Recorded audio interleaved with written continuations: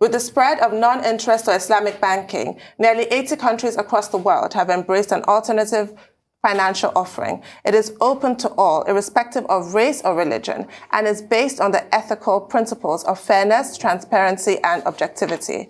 Here in Nigeria, Jaiz Bank PLC is the premier non-interest bank. It started with a regional license from the Central Bank of Nigeria and opened its first branches in the northern part of the country in 2003. Thereafter, Jaiz metamorphosed into a national bank on May 12, 2016, with a key presence in virtually all the geopolitical zones of the country. The bank is publicly quoted on the Nigerian Stock Exchange with a balance sheet size of 233 billion naira as of December 31st, 2020, from 12 billion naira in 2012. Its financing and investment assets also grew from over 30 billion naira to 166 billion during the same period.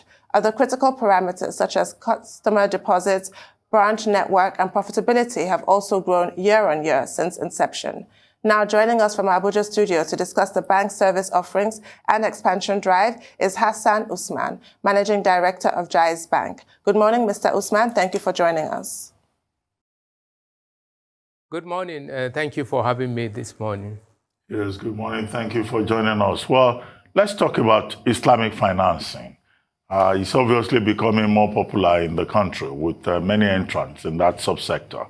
Many years back, it was something people wanted to understand. But now that it is established, how can the government of Nigeria leverage this mode of financing to solve problems, create jobs, promote agricultural revolution policy, energy, and address the challenges also of underdevelopment?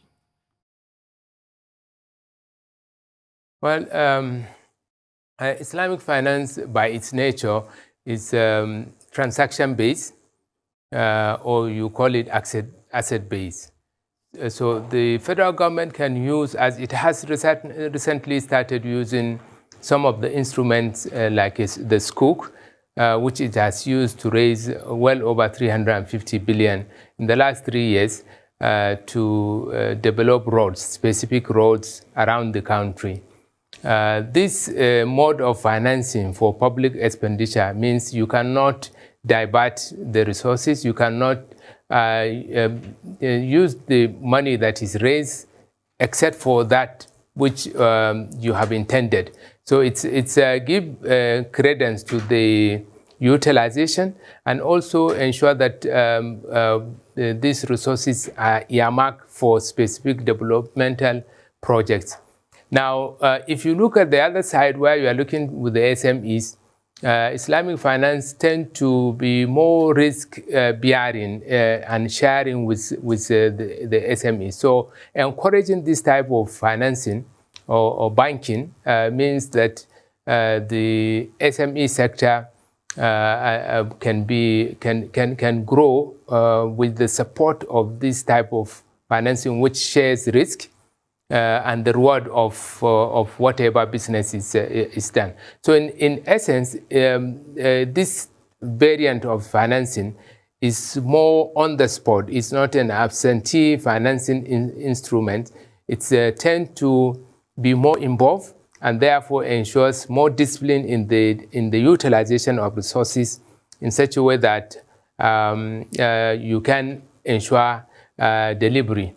It's also open itself with the right environment to the PPP environment, where the private sector using Islamic banking products can actually work with government to develop long-term infrastructure, because the profit sharing arrangement allows that to happen. So as a key player in the ethical banking sector, in what ways can you say Jaiz Bank has actually touched the lives of Nigerians? Well, in a modest way, since we started 2012, we've been able to grow our activities around financing real sector of the economy, bringing new industries, new companies coming up, which is very difficult in the environment, as you are aware that we have. Also financing the SME and working with vulnerable groups, women groups, people at the bottom of the pyramid, working with them because we are ready to take that risk and to nurture them, give them, rather than a loan, we give them equity and share in their profit, and the downside if it happens. We also are ready to do that, controlling the risk environment and ensuring that people do not take advantage of that product with the type of discipline through the group arrangement. And we've been able to see that that can happen with a very reasonable level of success, especially our experiment and pilots that we are doing working with women, over 5,000 of them over the last 1.5 years with very minimal default. So this energizes us, and it's given us hope that definitely with the right environment, the right product, and the right orientation, we can work with the people at the bottom of the pyramid, not as a gift or dash, but to work with them so that they can develop their entrepreneurial skills, grow their business for the benefit of both the bank and the economy and the individuals that are also involved. So there is a number of things that we can do, and what we have been trying to do now is to work with the spectrum, either from corporate to SMEs, to bring this diversity to them in terms of product offering, let them understand what Islamic finance is all about, let them see the difference, and also ensure that for those who are used to financing, they have an opportunity to diversify the portfolio of financing mix that they are doing. They can take the conventional, they can also take Islamic product, and they can see how the differences, and also give them some kind of diversity and portfolio diversification of the financing need that they have for those that are already in the mainstream. For those that we have to include, those who, for ethical reasons, they've not been part of the financial system, we've been able to bring a lot of them into the financial system through the ethical products. And that has proved to, even in very difficult times, has proved very satisfying to us personally. And because of our orientation and the type of product we have, we are able to also layer a number of transactions like takaful insurance for those that never would have imagined that they will be adopting insurance, seeing that even as a nation, the level of insurance penetration is low. Right. Jaiz Bank held its AGM recently, where it declared dividends for shareholders with improved gross earnings and higher profits, compared to the previous year. Can you tell us more about this, and what is the bank doing differently for this significant results it has recorded? Well, first of all, as a model, what we have tried to do, like I said, is to work with our customer base to create value and share that value between us with a very high level of equity around it, and that make them to patronize the organization the more. We've also tried to consolidate and expand to cover many areas of the commercial centers in Nigeria. In addition to the fact that with the introduction of the scoop, our treasury function has improved, because if you know that for more than 6 years in of our life as a bank, we didn't have instrument to invest our surplus liquidity into until the scoop came in 2017. So this number of initiatives, and the fact that we are also mindful of the cost that we incur, made us to not only ensure that our profit is growing at more than 50% per annum, but also that the size of the organization for the last 3 to 4 years has been growing at well over more than 30%. As you know, in 2020, we grew our balance sheet by almost 40%. Our financing, which is the risk asset that you call in conventional banking, grew by about 54%.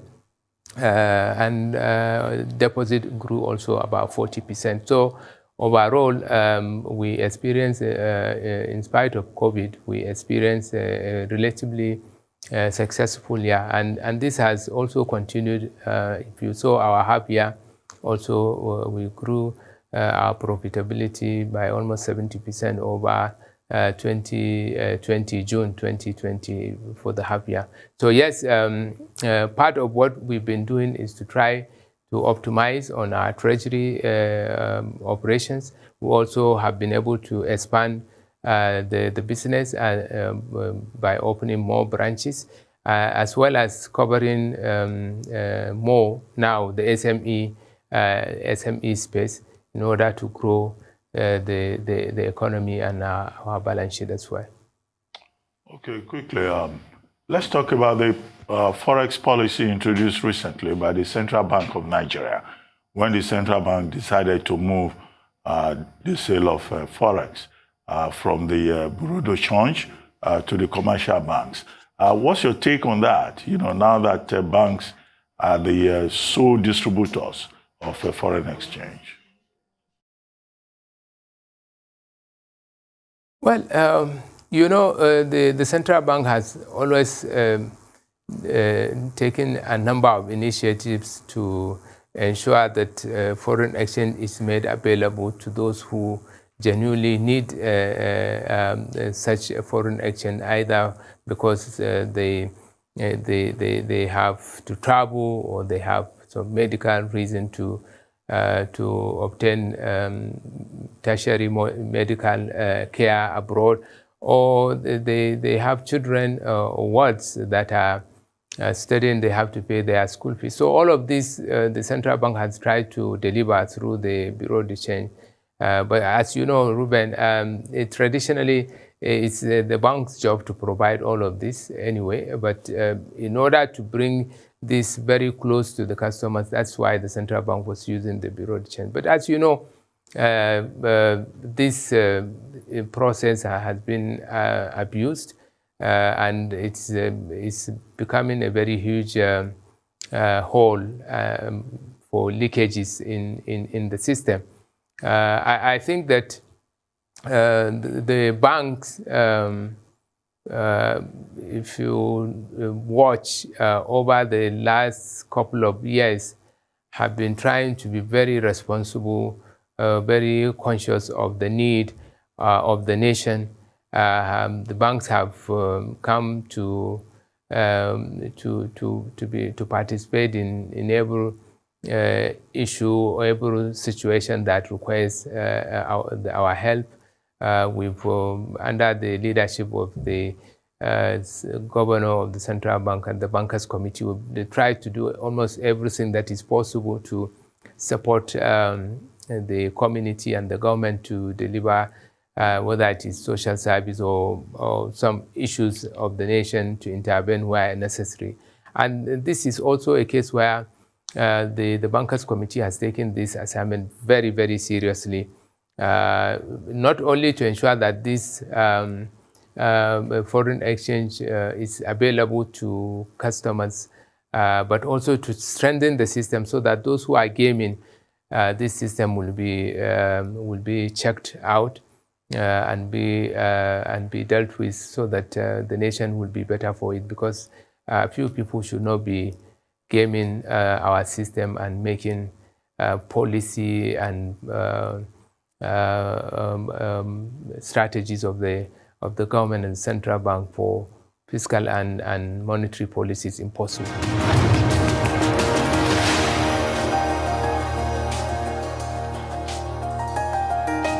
Welcome back to the morning show here on Arise News. We're still with the chairman of Jaiz Bank PLC, the MD, I do beg your pardon, Now, what is your assessment of the current challenges facing the Nigerian economy, and how have they impacted the banking sector?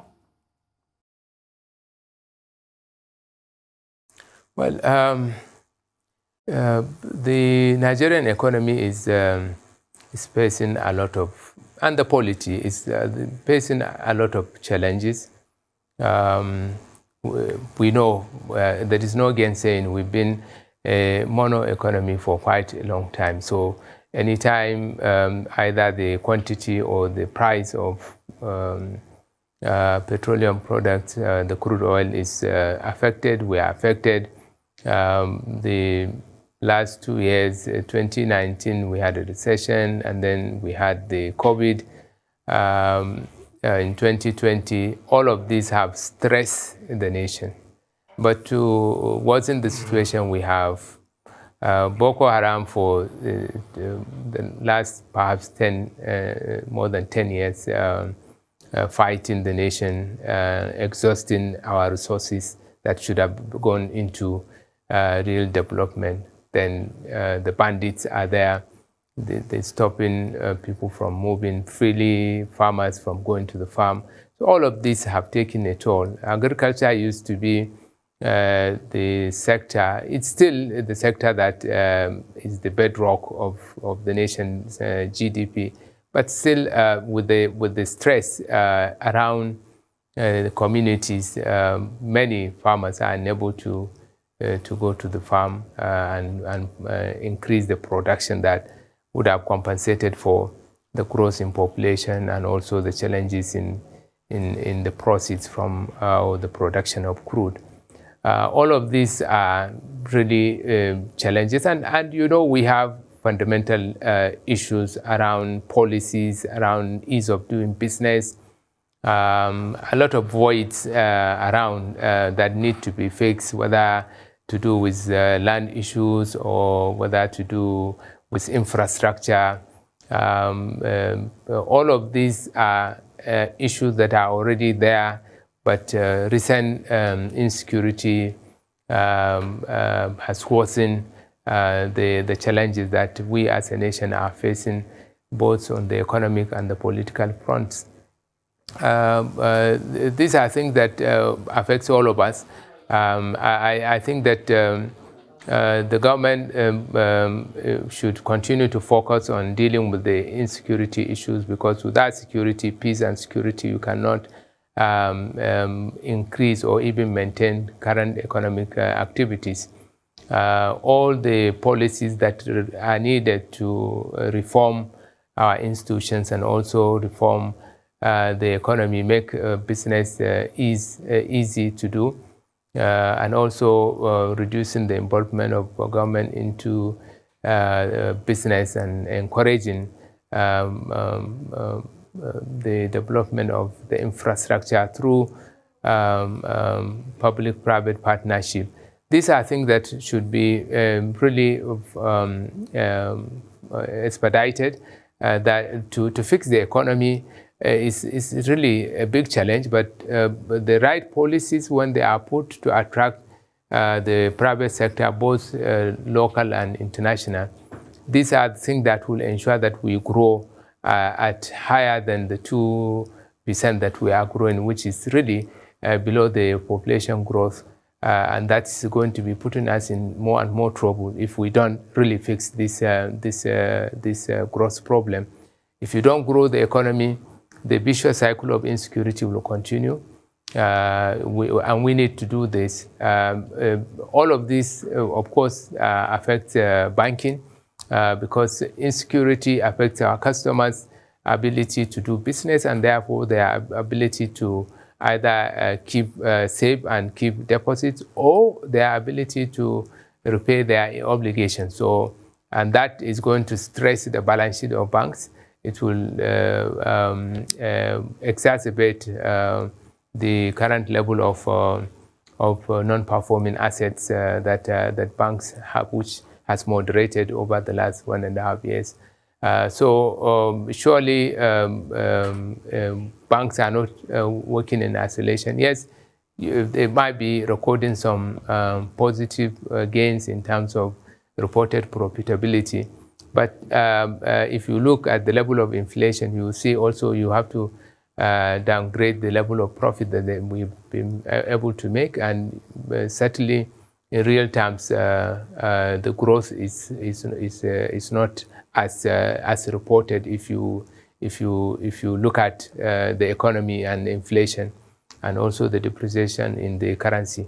So all of these issues affect capacity of customers of the banks, and therefore impact negatively on the banks. Now, directly, the cost of doing business for the bank because of inflation, cost control is going to be more challenging, and therefore, if these things are not arrested, they will affect performance of institutions. But in all of this, if you were to prefer solutions, what would those solutions be to all these challenges? How would you advise the government to go as regards all of this? Well, the advice is, they are commonplace. First, we have to try to fix the insecurity situation.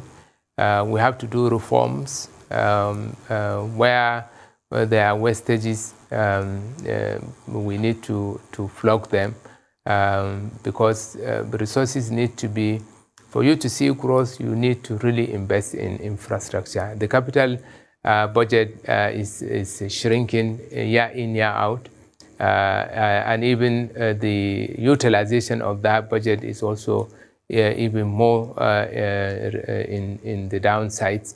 So all of these things need to be done.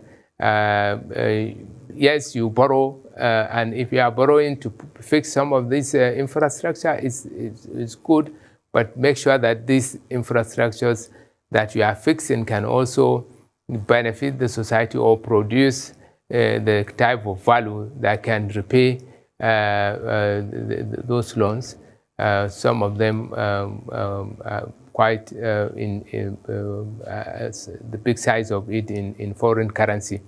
So I think the reality is that government need to look at how to save and reduce cost of operating the government itself, because the recurrent expenditure is well over 70% of the budget. If you include also the servicing of the debts, altogether it's taking almost all the budget, leaving very little for capital expenditure. That's the money that you require to invest in critical sectors such as education, which is needing a lot of attention, and the right education in this 21st century, where you need to fix and not only invest in existing infrastructures, but in new infrastructure of education that will shape the success of the nation going forward. Similarly, you can't but also fix all this, the roads, the airports, to ensure that movements and therefore economic activities are going on freely. But all of this can achieve much less if you don't fix the insecurity that we currently are facing, especially insecurity around the movement of people, the life and safety of lives and properties of the common man. All of this need to be fixed in order to be able to see the growth in the economy. Well, Madam Hassan Usman, we can only thank you very much for joining us. There are other questions we would have loved to ask. How you are dealing with customer expectations and also the ideological orientation of the bank, Islamic banking. And there are issues with that, because we're told that Islamic banks do not finance consumption of alcohol and some other things. But we seem to have run out of time. So thank you very much.